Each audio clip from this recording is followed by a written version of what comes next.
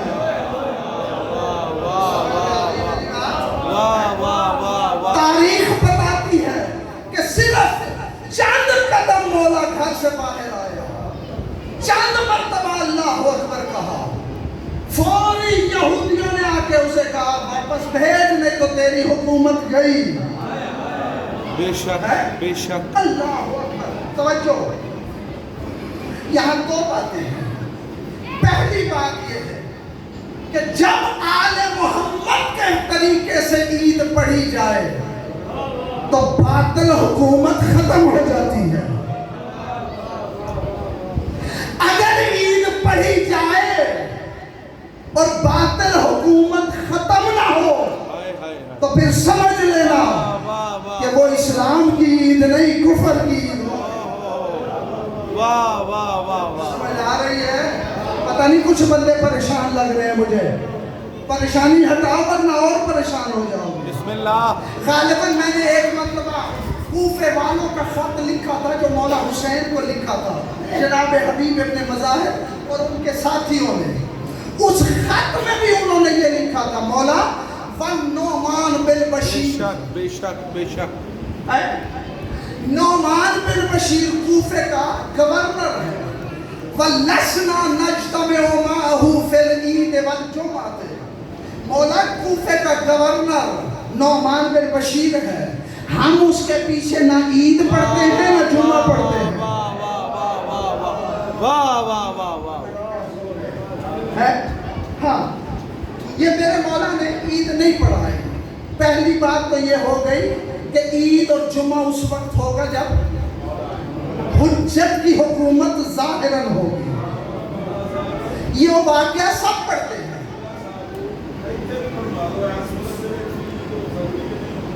میں یہی بتا رہا ہوں کہ عید صرف اس وقت ہوتی ہے جماعت کے ساتھ, اور جمعہ صرف اس وقت ہوگا جب حجت کی ظاہری حکومت ہوگی. سمجھ آ رہی ہے؟ اور آؤ, یہ واقعہ جو میں نے مولا رضا کا پڑھا عید کے دن باہر تشریف لائے, آپ نے سینکڑوں مرتبہ سنا ہوگا, کتابوں میں پڑھا ہوگا, لیکن کبھی غور نہیں کیا کسی نے بھی. بسم اللہ. اگر دل ہو تو یہ واقعہ کھولو. بسم اللہ. بولا ایسے نہیں, جس چیز کا دل ہے دونوں ہاتھ بلند کر کے ہے بری. کبھی غور کیا کہ عید کا دن ہے, عید کے دن اچھا لباس پہنا جاتا ہے. رواج مسلمانوں میں یہی ہے نا. کیوں کسی عالم نے غور نہیں کیا کہ مولا رضا جب باہر آئے ہیں سر پہ امامہ کیوں نہیں, آستینیں کیوں الٹی ہوئی ہیں, گریبان کیوں چاک, پاؤں میں نالین نہیں. بابا ابھی بھی غور نہیں کر رہے. امامے کے بغیر آنا آل محمد کے دین میں, آل محمد کے دین میں تو امامہ پہننا مستحب ہے. اور یہ ہو سکتا ہے کہ معصوم مستحب عمل چھوڑ دے. بولا کیا ممکن ہے؟ معصوم کی عصمت کے خلاف ہے کہ مستحب عمل کو چھوڑ دے. اسی لیے آپ جس معصوم کا ذکر پڑھتے ہیں, جتنے معصومین کے واقعات پڑھتے ہیں, روایت میں لفظ ملتا ہے کہ مولا کے سر پہ امامہ تھا.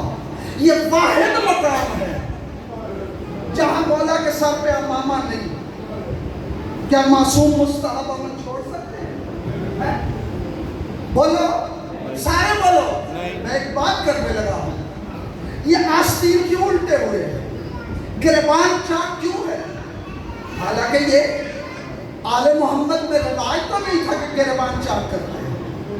یہ امامے کے بغیر، نالین جوتوں کے بغیر، آستین الٹنا، گریبان چاک کر کے چند قدم چلنا، یہ اعمال روز عاشور ہے.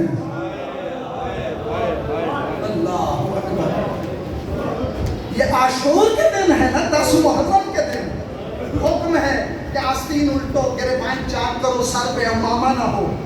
یہ جو مولوی سارا سال امامہ نہیں اتارتے، وہ بھی 10 محرم کے دن سر سے امامہ اتار دیتے ہیں. ایسے ہی ہے نا، یہ اعمال عاشور میں ہے.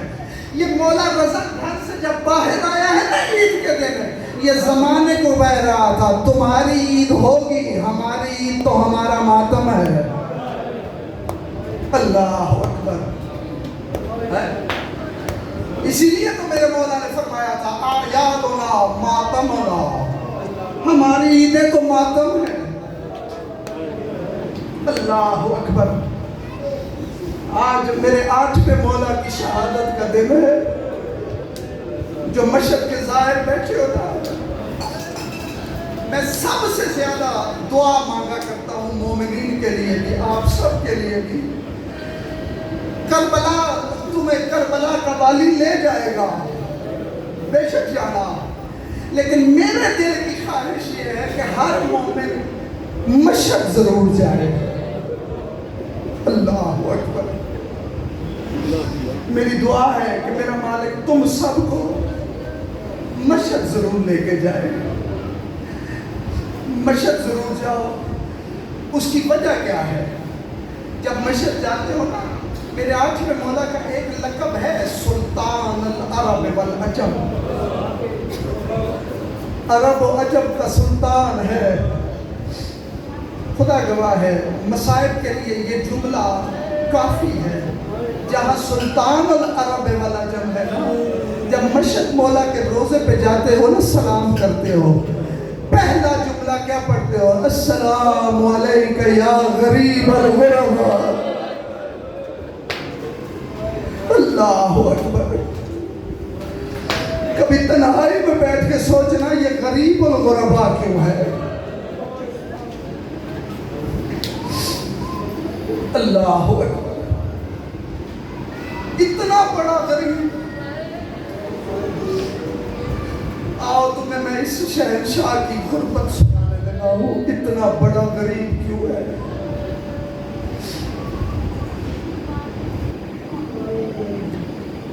آج ہی جب میں آ رہا تھا نا، تو یہ جو میرے ذہن میں پہلی مرتبہ یہ بات آئی ہے، شاید مولا ہی چاہتے ہوں گے. اس طرف پہلے کسی نے توجہ نہیں دلائی، میری بھی توجہ نہیں تھی. آج میری توجہ ہوئی ہے. شاید یہاں میرے مولا اس مجلس سے راضی ہے، تو اس لیے جملہ پڑھنے لگا ہوں. یہ جملہ میری ماں، بہنوں اور بیٹیوں کے حصے کا ہے. یہ پتہ ہے کیوں غریب الغرباء ہے؟ اللہ جانے اس کی غربت کیسی ہے. 14 میں سے واحد امام یہ ہے جس کی بیٹی نہیں ہے. میں نے کہہ دیا، تو نے سن لیا. ہر معصوم کی بیٹی ہے، میرے 8ویں مولا کی بیٹی نہیں ہے. اور میں سوچ رہا تھا کہ مولا تیرے در سے تو زمانہ جا کے اولادیں لیتا ہے، تیرے لیے کون سا مشکل ہے. تو اس کی رضاؤں سے کھیلتا ہے. تیری بیٹی کیوں نہیں؟ اور بعض روایات میں ہے کہ میرے مولا کا کوئی 8ویں 9ویں مولا کے علاوہ بیٹا بھی کوئی. بعض میں ہے کہ 4 بیٹے ہیں، لیکن اکثر علماء یہی میرا بیان کرتے ہیں کہ امام جواد کے علاوہ میرے 8ویں مولا کا کوئی بیٹا بھی نہیں، اور بیٹی تو ہے ہی نہیں. میں سوچتا تھا کہ آخر کیوں. میں اس نتیجے پہ پہنچا ہوں کہ اگر کوئی غریب مارا جائے تو سب سے زیادہ دکھ بیٹیوں کو ہوتا ہے، اور اگر کوئی غربت میں مارا جائے تو بیٹیوں سے برداشت نہیں ہوتا. اللہ اکبر. مجھے انصاف سے بتا، جب میرے مولا حسن کو زہر ملا تھا، اللہ اکبر، بیٹیاں برداشت نہیں کر سکی. اور جب مظلوم کربلا میں قتل کیا گیا تو بیٹی سے برداشت نہیں ہوا. اگر میرے رضا مولا کی بیٹی ہوتی تو اللہ جانے کیسے برداشت کر سکتی. شاید اس کی غربت ہی اتنی تھی کہ بیٹی برداشت ہی نہ کر سکتی، اس لیے میرے مولا نے اپنے لیے بیٹی کا پسند ہی نہیں کیا. آؤ غربت کتنی ہے اس شہر شاہ میں. یہ جو مجلس کرواتے ہو نا، یہ سب سے پہلے اس صورت میں مجلس میرے چھوٹے مولا نے کروائی تھی، لیکن وہ اتفاق سے ہوتی تھی. کبھی کبھی باقاعدہ یہ جو مجلسیں شروع ہوئی ہیں نا، سب سے پہلے یہ میرے مولا 8ویں مولا رضا نے شروع کروائی تھی. اور اس محفل کا نام مجلس بھی میرے مولا رضا نے رکھا تھا. باقاعدہ ذاکر عالم کھڑا ہو کے پڑھتا تھا. اور پہلا ذاکر میرے مولا کا جو مولا رضا کا نا، وہ دیبل خزائی ہے. اللہ اکبر. یہ میرے مولا نے شروع کروائی تھی کربلا والوں کی مجلس. لیکن جو غربت اس مظلوم کی ہے نا، اللہ جانے کیسے سنو گے. خراسان آنے سے پہلے میرا مولا حج کے لیے گیا. اس وقت میرے مولا جواد کا سن مبارک 5 سال تھا.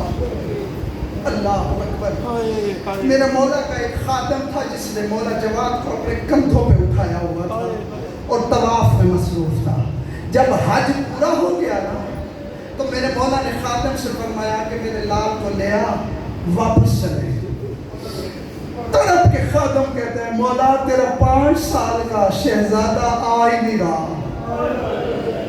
اللہ اکبر. ہجر اسماعیل کے پاس بیٹھا ہوا ہے، زار و قطار رو رہا ہے. میں نے اسے کہا ہے مولا آپ کے بابا بلا رہے ہیں. توجہ، یہ مصائب کا بھی جملہ ہے اور اس میں ایک راز بھی چھپا ہوا ہے. تاریخ میں لکھا ہے جب خادم نے کہا نا تیرا بابا بلا رہا ہے، 5 سال کا میرا معصوم ایمان فرماتا ہے جب تک مجھے اللہ نہ بلائے میں نہیں آؤں گا. میں نے یہاں سے نہیں اٹھنا. جب نہیں اٹھے نا تو میرا رضا خود قریب آیا. 5 سال کے روتے ہوئے شہزادے کو سینے سے لگایا. میرا لال چل، میں کہہ رہا ہوں چل. اللہ اکبر. زار و قطار رو کے کہتا تیرا حکم ہے تو چلتا ہوں، لیکن میں چاہتا نہیں. کیوں؟ رو کے کہا جس طرح تو نے کعبے سے وداع کیا ہے مجھے یقین ہو گیا اب تو نے واپس نہیں آنا. اللہ اکبر. میں نے کعبے کے رونے کی آواز سنی. کعبہ تیرے ہجر میں ماتم کر کے رو رو کے کہہ رہا اس نے واپس نہیں آنا. بابا جس طرح تو کعبے سے وداع کر رہا ہے مجھے یاد آ رہا ہے میرا دادا حسین بھی ایسے ہی چلا تھا. اللہ اکبر. اللہ اکبر. رو کے کہا میرا لال تو جانتا ہے نا کہ قضاء و قدر کے فیصلے ہم نے کیے ہیں. قضاء و قدر یہی چاہتی ہے کہ میں جاؤں. چلو مدینے چلیں، میری بہنیں انتظار کر رہی ہیں. اللہ اکبر. 17 بہنیں ہیں میرے مولا رضا کی، مدینے میں انتظار کر رہی ہیں. چلو چلے مدینے. اللہ اکبر. بس جب مدینے پہنچے ہیں نا، جب بلاوا خراسان سے آیا، 2 منظر میں نے کتابوں میں دیکھے ہیں. تیرے مولا کا رضا نے مدینے سے جب تیاری کی ہے نا خراسان کی، 2 منظر میں نے دیکھے ہیں. پہلا منظر میں نے دیکھا ہے میرا مولا رضا کبھی دادے حسن کی قبر پہ جاتا ہے. اللہ اکبر. رو رو کے کہتے ہیں میرا دادا لوگ مجھے تیری قبر کے پاس نہیں رہنے دیتے. اللہ اکبر. کبھی میں اپنے دادا صادق آل محمد کی قبر کے پاس جا کے کہتے ہیں دادا صادق میں الوداع کرنے آیا ہوں. کبھی شام کے قیدی کی قبر کے پاس جا کے کہتے ہیں میرا بازاروں میں تازیانہ کھانے والا میرا مولا سجاد میں وداع کرنے آیا ہوں. اللہ اکبر. آخر میں آیا ہے اپنی پاک دادی کی قبر پہ. دادی کی قبر پہ آ کے تاریخ بتاتی ہے ایسے قبر سے لپٹ گیا جیسے بچہ اپنے ماں کے سینے سے لگتا ہے. رو